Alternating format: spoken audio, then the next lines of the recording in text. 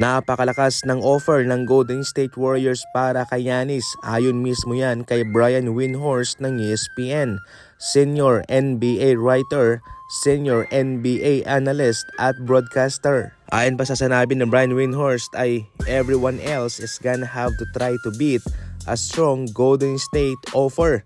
Kailangan daw ng ibang kupunan na matalo ang offer ng Golden State Warriors sapagkat ito ho'y malakas para kay Giannis. Mga bandang 2:00 ng madaling araw, lumabas yung balita patungkol kay Giannis na handa na siyang umalis sa Milwaukee Bucks. At yung Milwaukee Bucks naman ay tumatanggap na ng tawag para sa mga offer ng mga team para kay Giannis. So definitely opisyal na po ito na itong si Giannis ay magkakaroon na po ng bagong tahanan sa trade deadline. Pero kung sakaling hindi, sa off-season po ito mangyayari. Pero ngayon sa trade deadline ay mataas po na magkakaroon na ng bagong team si Giannis. So ano nga ba ang ino-offer ng Golden State Warriors para sa kanya?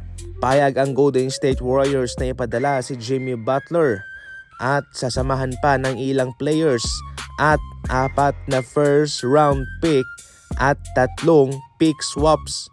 Pwede nga raw isama ng Golden State itong si Draymond Green. Grabe, malakas naman talaga. Pero baka matanong nyo, bakit nga ba tatanggapin ng Milwaukee Bucks itong si Butler? Well, si Butler bonus na lang yan kasi sa dami ng picks na matatanggap dito ng Milwaukee Bucks, tibang-tiba na sila. 4 ba naman na first round picks at 3 pick swap.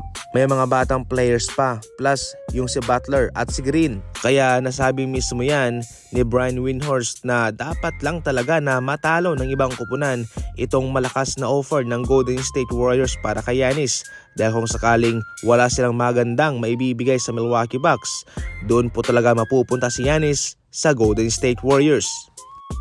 Samantala, eto naman itong si Dalton Knecht nag-request na po siya ng trade sa Los Angeles Lakers.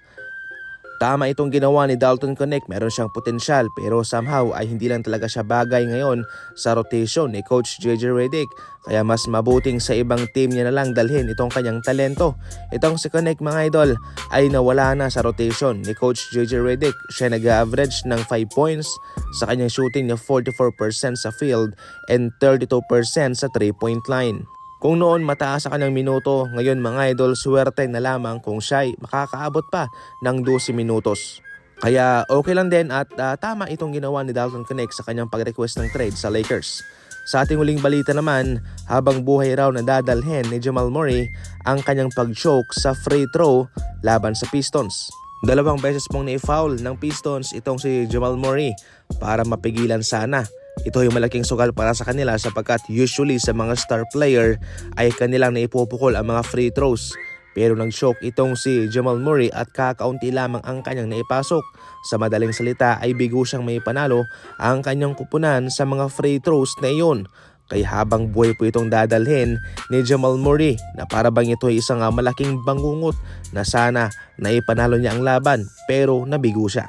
Definitely parte po yan ng laban at nasa kay Jamal Murray na lang kung paano niya i-handle ang pressure na yan sa kanya.